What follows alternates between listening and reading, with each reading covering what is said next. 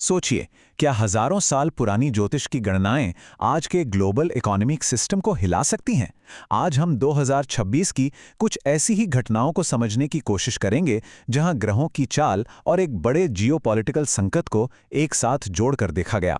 तो क्या यह सब महज एक इत्तेफाक था या इसके पीछे कोई गहरा पैटर्न छिपा है? चलिए पता लगाते हैं।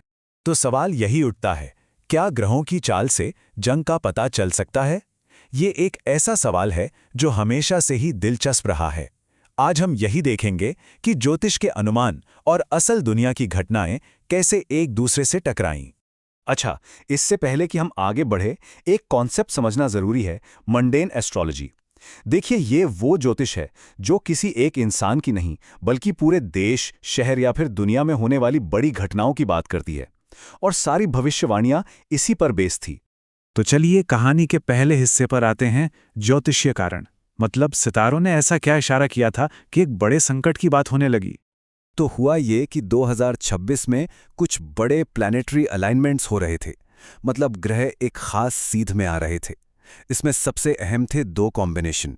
एक, मंगल और राहु का साथ आना, जिसे ज्योतिष में अग्रेशन और लड़ाई झगड़े से जोड़कर देखा जाता है।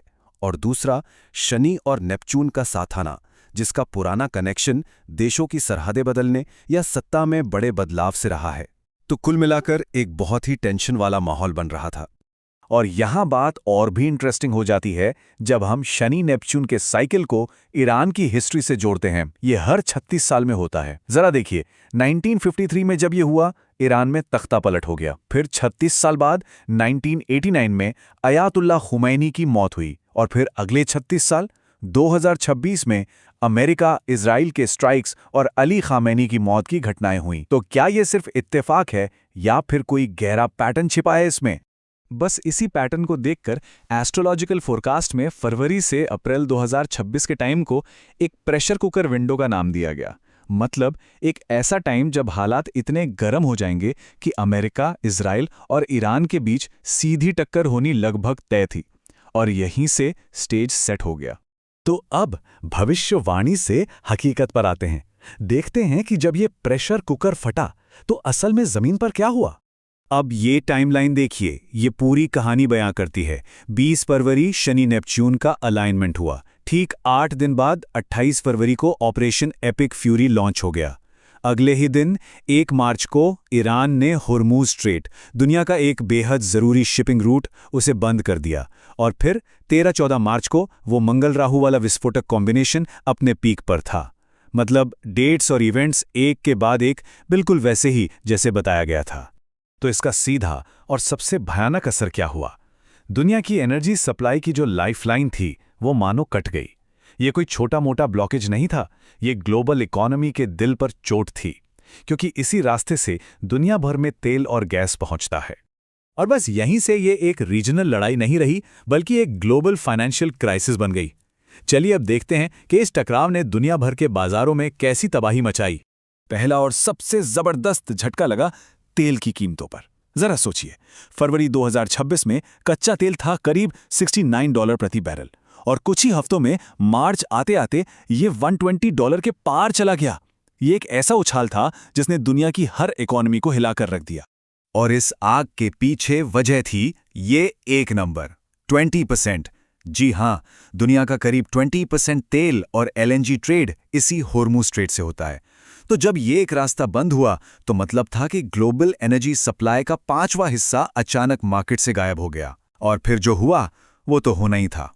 और ये आग सिर्फ तेल तक नहीं रुकी, ये एक चेन रिएक्शन था। शिपिंग को देखिए, जहाज़ों को लंबा रास्ता लेना पड़ा, इंश्योरेंस महंगा हो गया। नतीजा, कंटेनर का भाड़ा 30 से 50% तक बढ़ गया। खाड़ी देशों से एल्यूमिनियम की सप्लाई पर रिस्क आया तो उसके दाम भी चढ़ गए। और तो और नेचुरल गैस की सप्लाई रुकी तो खाद यानी फर्टिलाइजर 20% तक महंगा हो गया। ये एक पूरा इकोनॉमिक तूफान था।